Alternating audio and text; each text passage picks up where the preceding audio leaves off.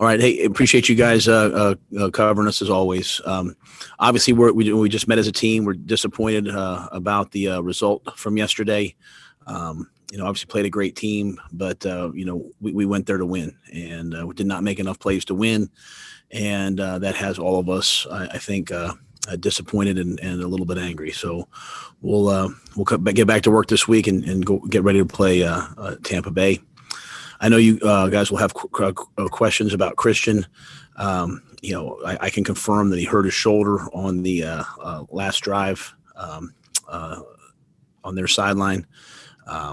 As of right now, I'd list him day to day, seeing the doctor, seeing all the different medical people and just figuring out where exactly he is. So I really won't have much comment out of respect for him other than that. But I would list him day to day and would probably have a better answer for you guys on Wednesday. Let's go to Josh Graham and then Bash Ty Hurt. Coach, we didn't get a chance to ask you yesterday about Joe Brady being on the sideline. What went into that, and how is the dynamic different with play calling with him being right there?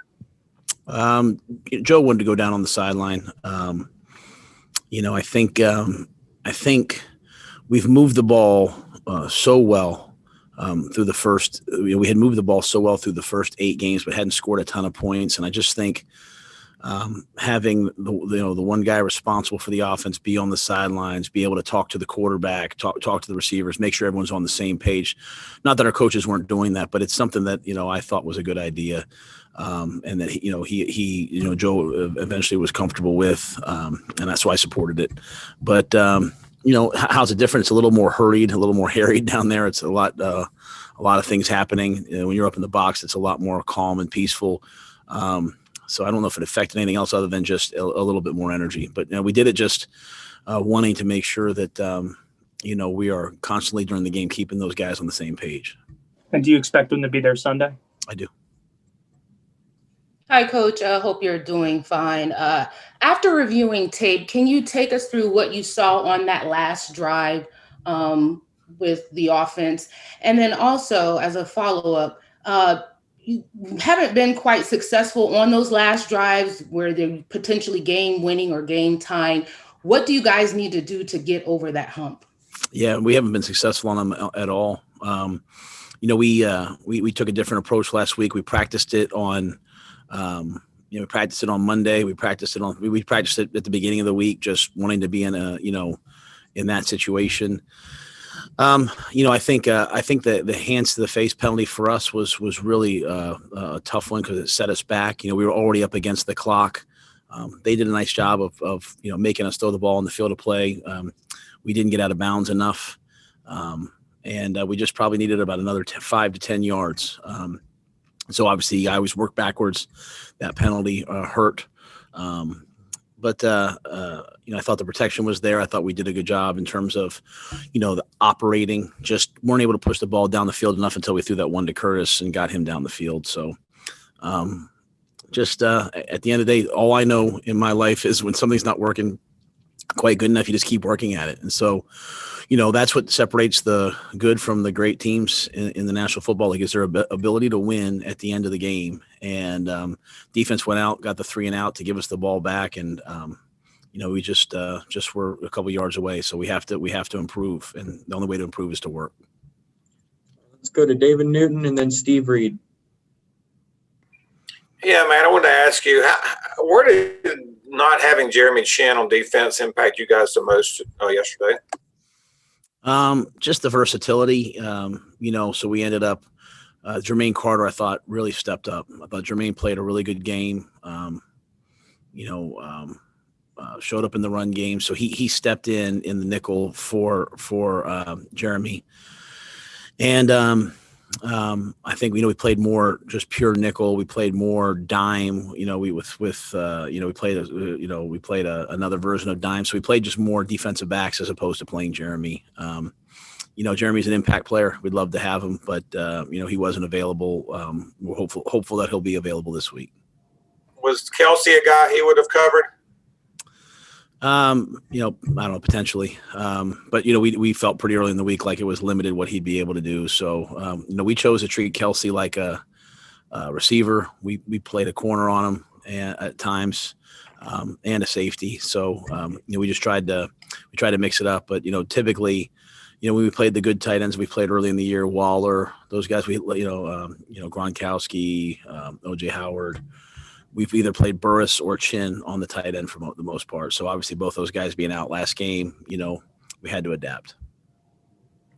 Matt, I just want to follow up quick on Christian. I wonder if you can give us any more. Did he have an MRI or an X-ray, and did they come back negative, or can you tell us anything from that name? I have nothing. I have nothing else.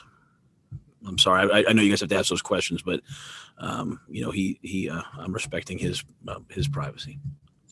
Let's go to Scott Fowler and then Joe Person. Matt, I just wanted to ask you on just in general, offensively, it seems like Teddy flirts with the clock almost running out many times and hardly ever gets called for delay of game. But is that a conscious thing that you guys do, snapping with, one or something to see a little more of the defense? Yeah, I think it's something that I'm still getting used to at times. I mean, we put a lot on Teddy's plate. We change personnel groupings every play, so we have to get new people in the huddle. We have multiple plays called. He's got to change protections. He's got to change plays. He handles all the mic points. A lot of quarterbacks in the National Football League just get up there and snap the ball. They don't have the quarterback in control of all that, but we do, and because that's what the best ones do. And so the benefit for us is that we're controlling time of possession. I think we had a pretty good time of possession yesterday because we're not even on a drive. If it's only a couple plays, we're narrowing it down. That being said, there's sometimes where I wish we would operate a little faster. So I think there's some things that we have to improve upon, like everything. And one of those is probably just getting up to the line a little quicker, moving a little quicker. But yeah, that's just part and parcel for who we are. Matt, we've heard you and a lot of other players over the last few weeks talk about how hard Christian had worked to get back. How discouraging is it just to see him going through this again? And was there any sort of message he or you kind of made to the team in that regard? Yeah, I didn't talk to the team about anything. I don't like, I don't like it when any of our players are hurt.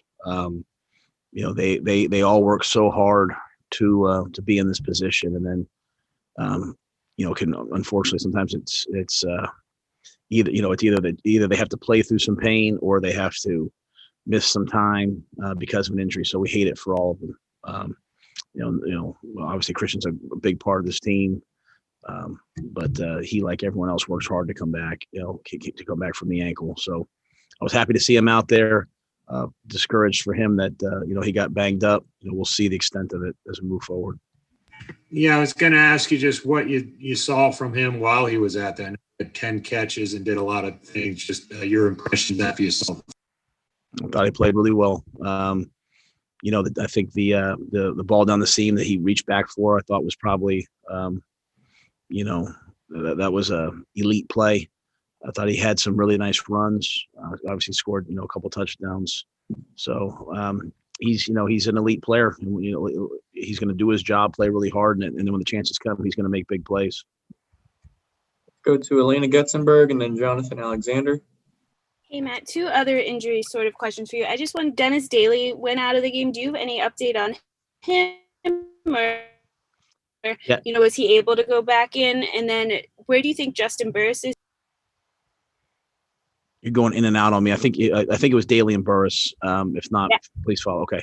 So Daly, he got injured on that 4th and 14 play. I believe it was that play. Came out of the game, was cleared to return, but I think Pat just felt like the other guys were moving around better, and didn't want to put him out there when he wasn't able to move at his best. So we went with the other guys down the stretch. I thought they both played well. And then in terms of Burris, his clock is up. We'll see what the medical people say in terms of, is he ready to come back or not? We'll probably know more on Wednesday. Hey, Matt. Hope you're doing well. A couple questions. Do you expect Jeremy Chin to be a week-to-week basis type of thing, as well as totally different question? DJ Moore only had 3 targets yesterday. Can you point to an issue as to why that was the case Sunday? I don't think that was planned.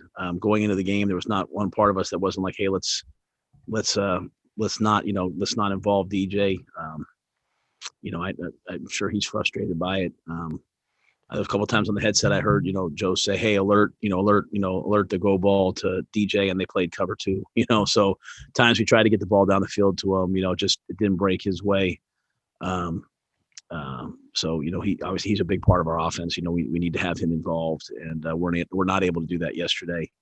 The first Jeremy Chin, I'll wait to see how rehab goes today and tomorrow. Like, we thought there was a chance he'd play in the game, got to the game, and it was just sort of like, hey, he's not able to go. So, the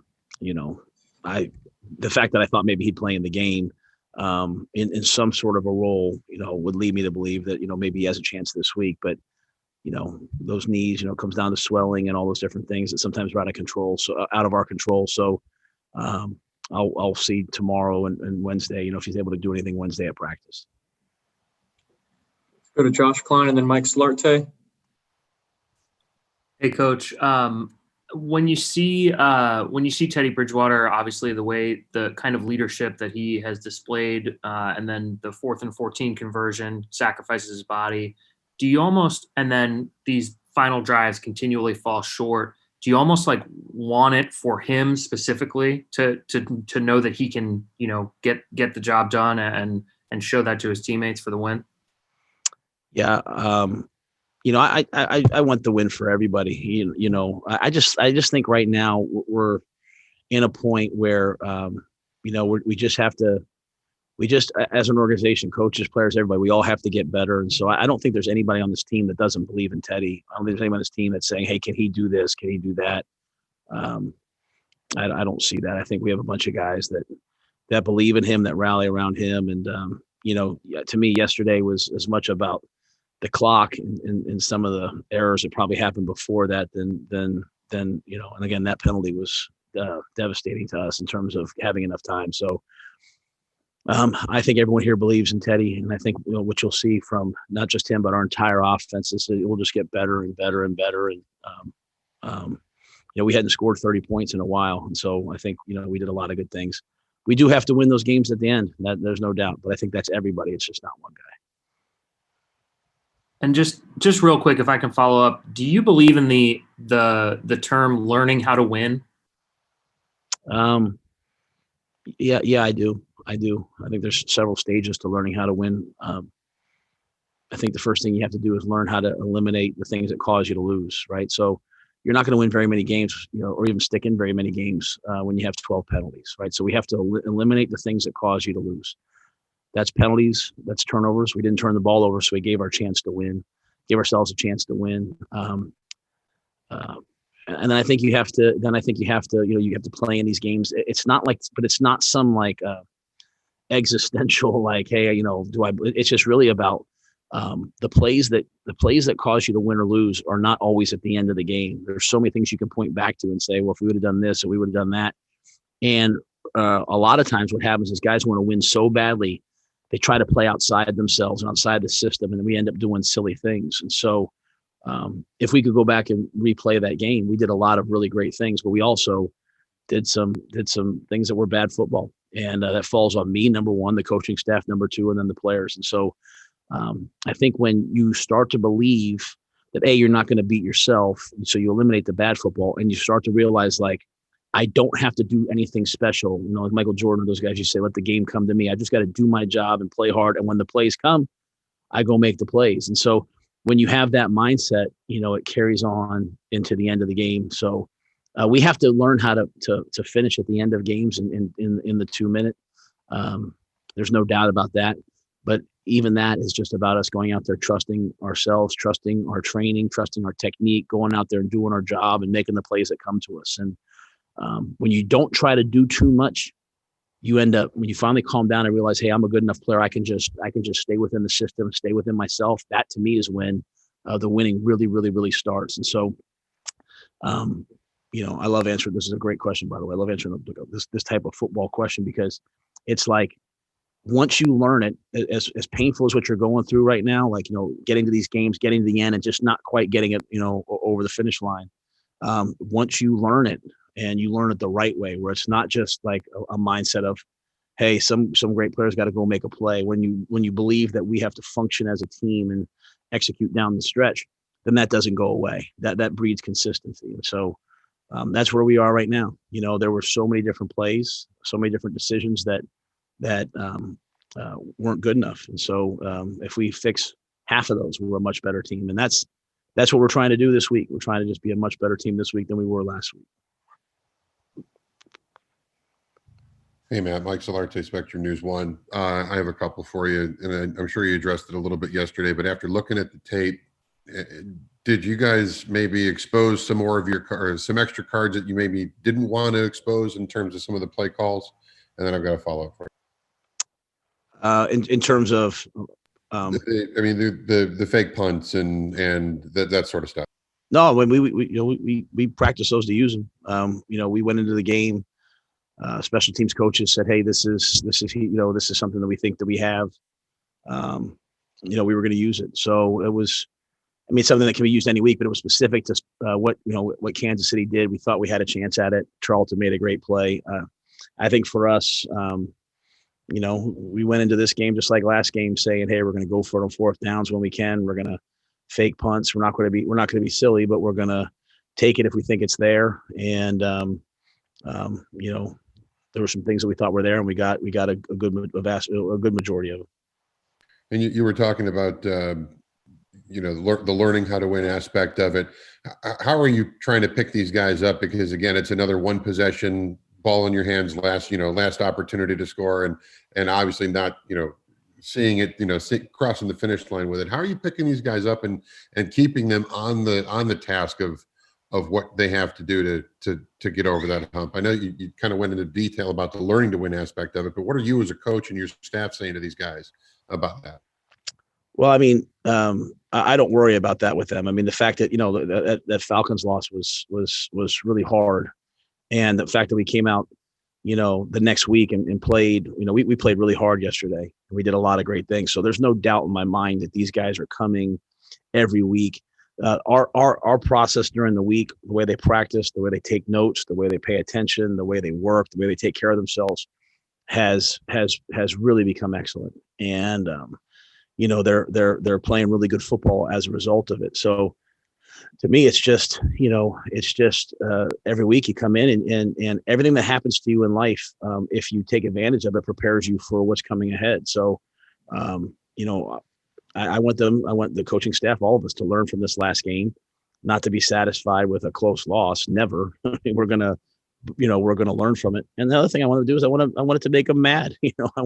I want our guys to be mad. I want our coaches to be mad. I want us to have an edge about us. Like, we're the Carolina Panthers. We're not, we're here to win. We're not here to, keep it close. And so I think if our guys continue to work the way that they've worked every week, I think if we continue to learn, both in good times and in bad, and I think if we continue to have an edge, we have a chance to win every week, and we have a chance to win down the stretch. And that's, at the end of the day, like, as a football player, like, there's lots of things you want. You want the tangible results and all that, but you also you want to go win. And so I'm hoping that our guys have a little bit of edge about them. I hope our coaches have a little bit of edge. Like let's just do more, continue to work harder, continue to get better. Not that we're not working hard enough, but just every week, let's make it better, than it was last week. And so that's all I sense. I'm watching the guys in the meetings today. They were locked in. So we'll continue to improve. Guys, we only have time for two more quick ones. Let's go to Joe Person and then Steve Reed. Matt, you guys are in midst of a stretch against some Hall of Fame type, Super Bowl MVP type quarterbacks. How will that affect your young defensive backs, and will it in a way kind of help you as you evaluate guys, particularly in the back end where you're so young? Yeah, I mean, we're facing great quarterbacks. We're facing elite receivers. The thing that we try to do is we try to just make sure that we're keeping it and making it all about us. I think when we go back and look at yesterday's game, when we trusted, the system and trusted our technique and just played, I think we did a lot of good things. Sometimes we got outside ourselves and gave up some plays. And so, again, there's just this mindset that, where we believe that if we just do what we're supposed to do and play the way we play, that we'll always have a chance. And so, we'll do that again this week. And yeah, everything's an evaluation. It's an evaluation of what we do and how we do it and who's doing it, all those different things. But the biggest thing is we're just trying to stamp the mindset, the brand of how we want to play and what we want to do. We're trying to imprint that within the entire organization. And I thought we had a chance to do that yesterday. We did it some plays we didn't. We have to just do it more plays. But we're definitely facing great quarterbacks. There's no doubt about that. Matt, I just want to finish by asking you about what happened last night. I'm sure you saw with the Bucks and the Saints. What are your thoughts on moving forward here this week, and probably a very angry Tom Brady coming to Carolina this week? We faced Tom Brady already once this year. He's a Hall of Fame quarterback, a great player. All we can worry about is ourselves. We have to make sure that we have a great week of preparation and we get in the game and we just play one snap at a time and play within ourselves. I didn't get a chance to really see the game last night. And I haven't yet started on them. I've been working on us, so we'll get started on Tampa. We know that they're a great team. We know that they're one of the leaders in the league, but we're just going to try to make sure that we're better this week than we were last week and see what happens.